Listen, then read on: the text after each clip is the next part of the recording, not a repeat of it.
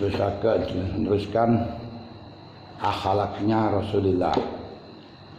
Wa kana lan ana sapa Kanjeng Nabi sallallahu alaihi wasallam iku yumazihu, guyonan sapa Kanjeng Nabi. Kanjeng Nabi ku juga gurau. Gurau suka bercanda. Tapi walayakul lan ora tau dawuh sapa Kanjeng Nabi bi mizahi ing dalem candaane Kanjeng Nabi, candane guyonane Kanjeng Nabi. Ora dawuh ilahakon angin ingkang bener. Di Kanjeng Nabi niku biasa juga bercanda dengan para sahabat, tapi sekalipun bercanda tidak berbuat-buat, jadi apa yang didawuhkan, apa yang dikatakan itu hak, benar. Bahkan wayu wari lan gawe tauriah sapa Kanjeng Nabi. Gawe tauriah itu pura-pura itu suatu dibadek tauriah itu suatu lafaz yang mempunyai makna jauh dan dekat. Kemudian yang dikehendaki makna jauh itu namanya tauriah. Contohnya tauriah itu seperti ketika kamu melihat Zaid sini tadi, terus ditanya orang, kamu tahu Zaid, terus kamu pindah sedikit, selama saya di sini tidak melihat Zaid. Maksudnya selama saya sudah pindah ini, loh. Padahal yang dikehendaki orang tadi kan kamu melihat Zaid, yo kapan aja itu. Nah, itu namanya tauriah. Di tauriah suatu lafaz yang mempunyai dua arti, dua asumsi, asumsi yang gampang dipaham dan asumsi yang jauh dipahami, tapi mengendaki makna yang jauh. Itu namanya tauriah. Tapi walayakul lan ora dawuh sapa Kanjeng Nabi fi tauriyatihi ing dalem tauriyahe Kanjeng Nabi la hakon angin ing hak. Contohnya seperti Kanjeng Nabi niku pernah didatangi seorang wanita dilapori tentang suaminya.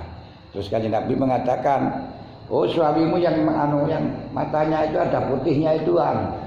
Loh, enggak Rasul. Enggak, sehat matanya suami saya tuh hitam, enggak putih loh. Dia matanya suamimu ada putihnya, putih itu ya ada putihnya itu. Enggak ya Rasul. Yang semuanya mata itu kan ya ada putihnya, kalau tidak ada putihnya lah yuk hitam semuanya yuk repot. Nah, ini kan tauriah yang dimandaki adalah putih yang semacam itu, tapi yang dimaknani putih yang situ cacat. Nah, makanya itu tauriah.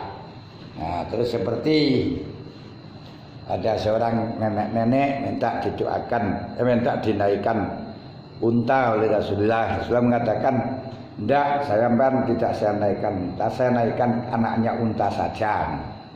Loh, bagaimana Rasul? Apa anaknya unta itu kuat? Ya sudahlah, pokok sampean saya naikkan anaknya unta. Enggak, untanya saja jangan anaknya, kalau anaknya enggak kuat. Lah semuanya unta itu ya anaknya unta kan, Lihat maksudnya gitu kan. Semuanya unta itu anaknya unta, apa ada unta anaknya sapi kan ya tidak. Ini diantaranya. Terus diantaranya lagi dia bergurau ketika dimintai orang nenek-nenek, ya Rasul, saya doakan masuk surga ya Rasul. Terus jauh-jauh orang di surga itu tidak ada nenek-nenek seperti sampean itu. Di surga itu tidak ada orang yang nenek-nenek. Wah, nangis karena di surga hanya tidak ada orang yang nenek-nenek, nangis. Lalu sampai Dewi Aisyah mengatakan kepada Rasulullah, "Bagaimana ya Rasul kok sampai seperti itu, tega amat?" Ya memang di surga itu tidak ada nenek-nenek. Ketika sudah masuk di surga itu semuanya menjadi muda, karena didawuhkan oleh Allah Ta'ala, "Uruban atrabal li ashabil yamin." Ngoten. Ati uruban atraba padha setengah wong kabeh.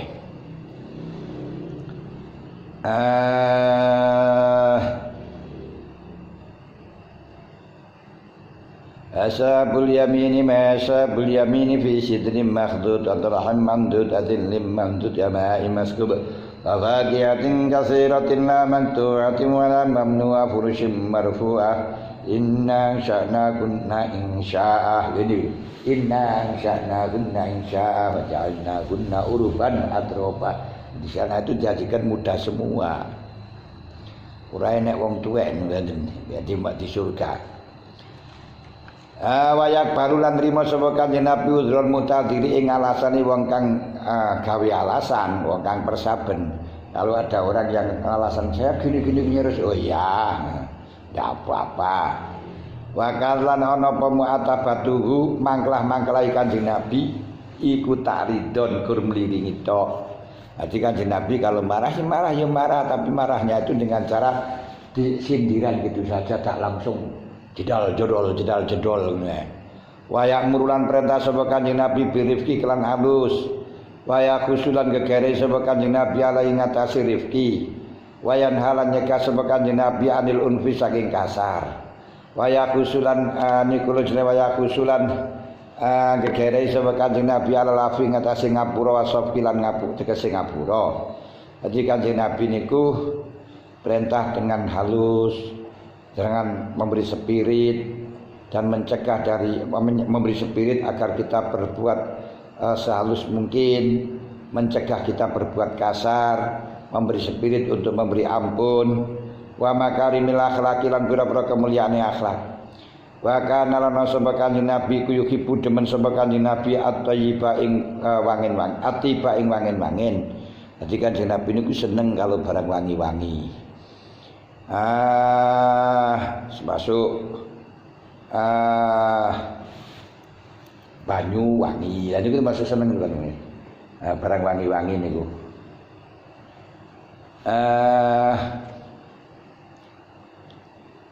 Minyak wangi, bau wangi, sabun wangi. Waya kraulan sengit sapa Kanjeng Nabi areka ing gondol karyata contone entut ya. Itu bau-bau yang tidak disukai niku jeneng entut, jengkol. Wa kana lan sapa Kanjeng Nabi ku yukipu demen sapa Kanjeng Nabi atayamuna ing gawe disiaken anggota kang tengen fituri ing dalam sucine Kanjeng Nabi. Kanjeng Nabi ketika waktu bersuci wudu mendahulukan yang kanan daripada yang kiri. Wa tarjulihi lan surene Kanjeng Nabi. Suren niku jongkasan. Niku kepala yang kanan dulu kemudian baru yang kiri.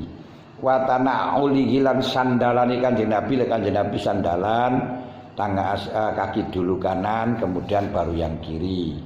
Kanan dulu kemudian yang kiri.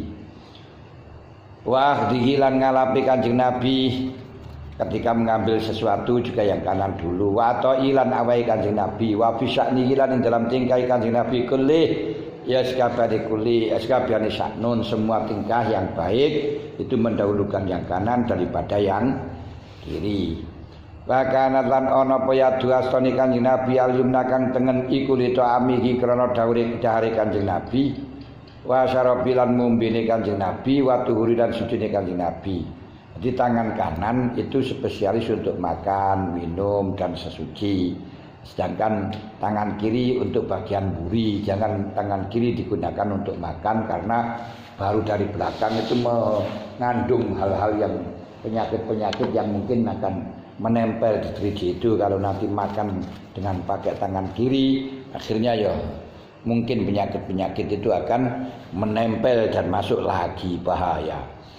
Karenanya pernah suatu ketika ada seorang Yahudi makan dengan tangan kiri, diingatkan oleh Nabi jangan makan tangan kiri dengan tangan kiri. Dia mengatakan saya tidak bisa makan dengan tangan kanan, yang bisanya hanya dengan kiri.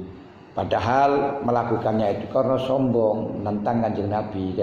Makan dengan kanan-kanan, saya nggak bisa dengan kanan ini, yang bisanya kiri. Akhirnya betul nggak bisa, akhirnya nggak bisa betulan. Nah, yang bisanya kiri terus. Rasain karena bohongin. Makanya jangan suka bohong. Tidak sekolah karena sakit betulan. Nggak kerja karena sakit betulan. Nah, ya kalau sakit-sakitan itu ajaran, dan kalau sakit betulan laporan sakit Mbak Corona itu sudah banyak yang langsung dibawa ke kuburan oleh Mbak Corona kalau sakit Mbak Corona. Nah, kalau Omikron enggak, cuma panas-panas saja. Nah, entah kalau nanti gak mempan Omikron, akan Abikron ya entah lebih panas atau bagaimana, Pak, lebih sayang. Nah, Umi itu masih sayang, Omikron makanya masih sayang, gak begitu parah.